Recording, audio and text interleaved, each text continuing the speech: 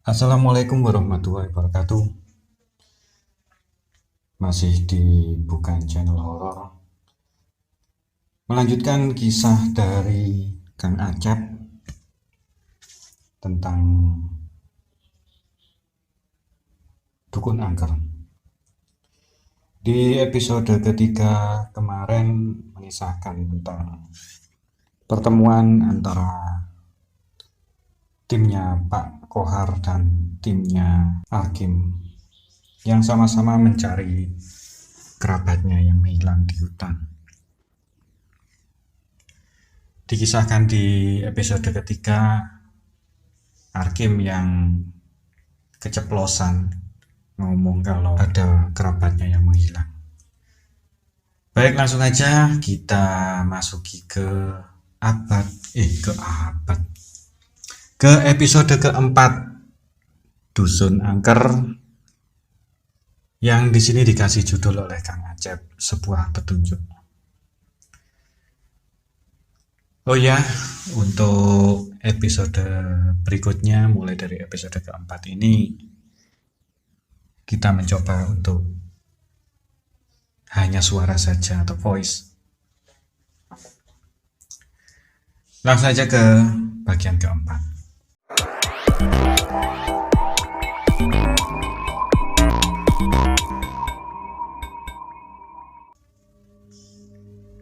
Dusun Angker dengan judul Sebuah Petunjuk oleh Kang Acep.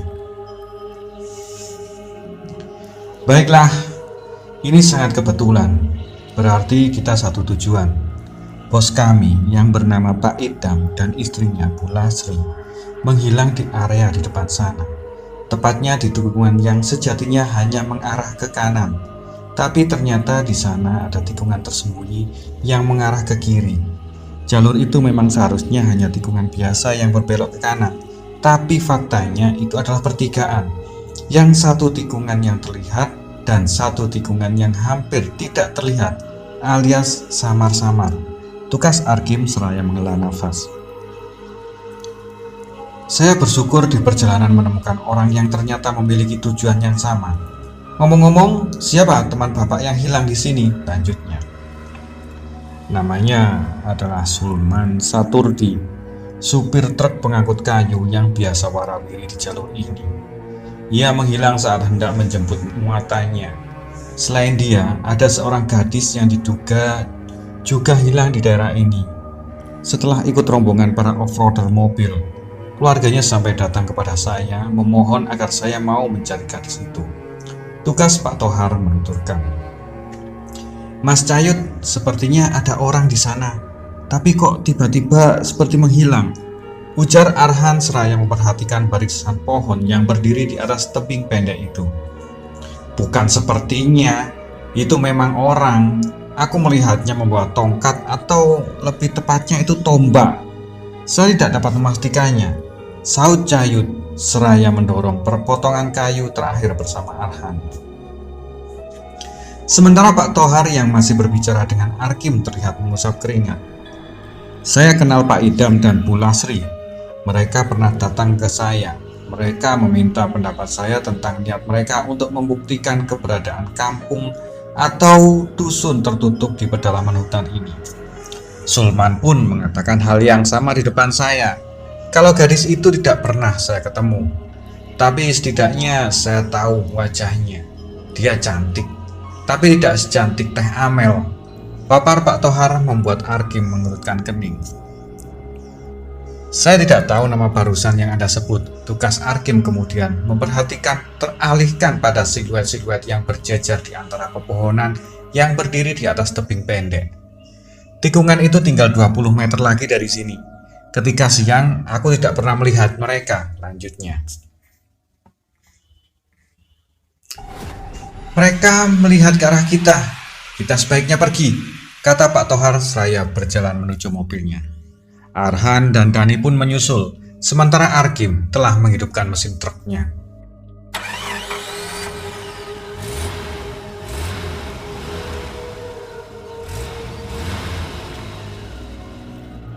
Selanjutnya mereka melanjutkan perjalanan hingga akhirnya tiba di tikungan yang dimaksud. Baik Arkim dan Pak Tohar sama-sama menghentikan kendaraannya yang mereka mencapai tikungan yang dimaksud. Truk Sulman ditemukan 20 meter lagi dari sini. Mungkin dia berjalan kaki dari sana untuk kembali kemari, atau mungkin dia menemukan jalan lain menuju dusun itu, ujar Dani seraya melihat ke arah Arkim dan Cayut yang sedang keluar dari kabin truk sembari menyorotkan lampu senter ke arah mobil Pak Tohar. Kita mulai dari sini. Kita mesti berjalan kaki, mengingat tikungan ke kiri tidak dapat dilewati mobil, tukas Pak Tohar seraya keluar dari mobil. Arhan dan Dani saling berpandangan seperti merasa ragu untuk melanjutkan niat mereka. Padahal kalau kita kemarinya pas siang hari, tidak akan melakukan seperti ini. Mungkin kita juga akan melihat dengan jelas orang-orang itu, ucap Arhan seraya mengusap wajahnya. Di siang hari mereka tak nampak akan keluar. Mereka juga pasti tidak akan ingin terlihat oleh orang luar. Dugaanku lainnya bisa saja di antara mereka ada yang memiliki kemampuan seperti ninja. Aku pernah dengar soal cerita suku asli daerah sini, tukas Dani. Apapun yang apa masyarakatnya, apa mereka ramah atau tidak terhadap orang asing, kita akan segera tahu, ucap Arhan seraya keluar dari mobil. Ia kemudian mengedarkan pandangannya, kemudian berhenti pada daerah sebelah kiri jalan yang berlawanan dengan tikungan yang mengarah ke kanan. Di sana tidak terlihat adanya jalan, meskipun Arhan menyoroti dengan senter. Hanya rimbunan daun pepohonan yang tingginya sekitar 4 meter. Di sana juga ada semak-semak yang menutupi area yang sebelumnya diceritakan adalah sebuah tikungan ke kiri. Tidak ada jalan ke sana, ujar Cayut saat menyoroti area itu bersama dengan Arhan. Kamuflase, ucap Pak Tohar seraya menatap ke arah Arkim yang tampak seperti sedang meneliti area itu. Bukan, memang tidak ada jalan yang sengaja dibuat di sana. Tapi kita bisa menyelinap ke balik pohon itu, tukas Arkim sambil menyoroti sebatang pohon yang lebih tinggi dari pohon lain yang ada di dekatnya. Udara dingin sekali, padahal sudah pakai jaket, ucap Arhan sambil melihat ke arah pohon tersebut. Aku seperti melihat wajah nenek hantu itu di batang pohon itu, lanjutnya dengan gemetar. Tetap tenang Han, banyak-banyak berdoa. Kita sedang berada di tengah hutan yang sangat luas untuk mencari Sulman dan yang lain. Jangan grogi, kita akan segera menemukan mereka, kemudian pulang, kata Pak Tohar seraya menghampiri pohon itu. Di bawah sana terlihat baik, ucapnya setelah mencapai pohon tersebut. Akhirnya Pak Tohar, Arhan, Dani, Arkim, dan Cayut melanjutkan langkah mereka dengan melewati pohon tersebut untuk mencapai suatu area yang berada lebih rendah dari area di mana pohon itu berada. Mereka terus berjalan seraya memutarkan pandangan. Kuk, kuk, kuk.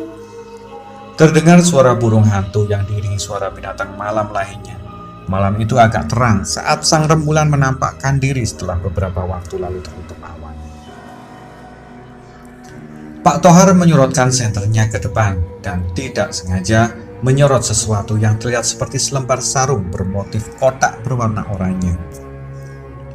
Sarung, ucapnya mempercepat langkah menuju selembar sarung yang menggantung di ranting pohon kecil.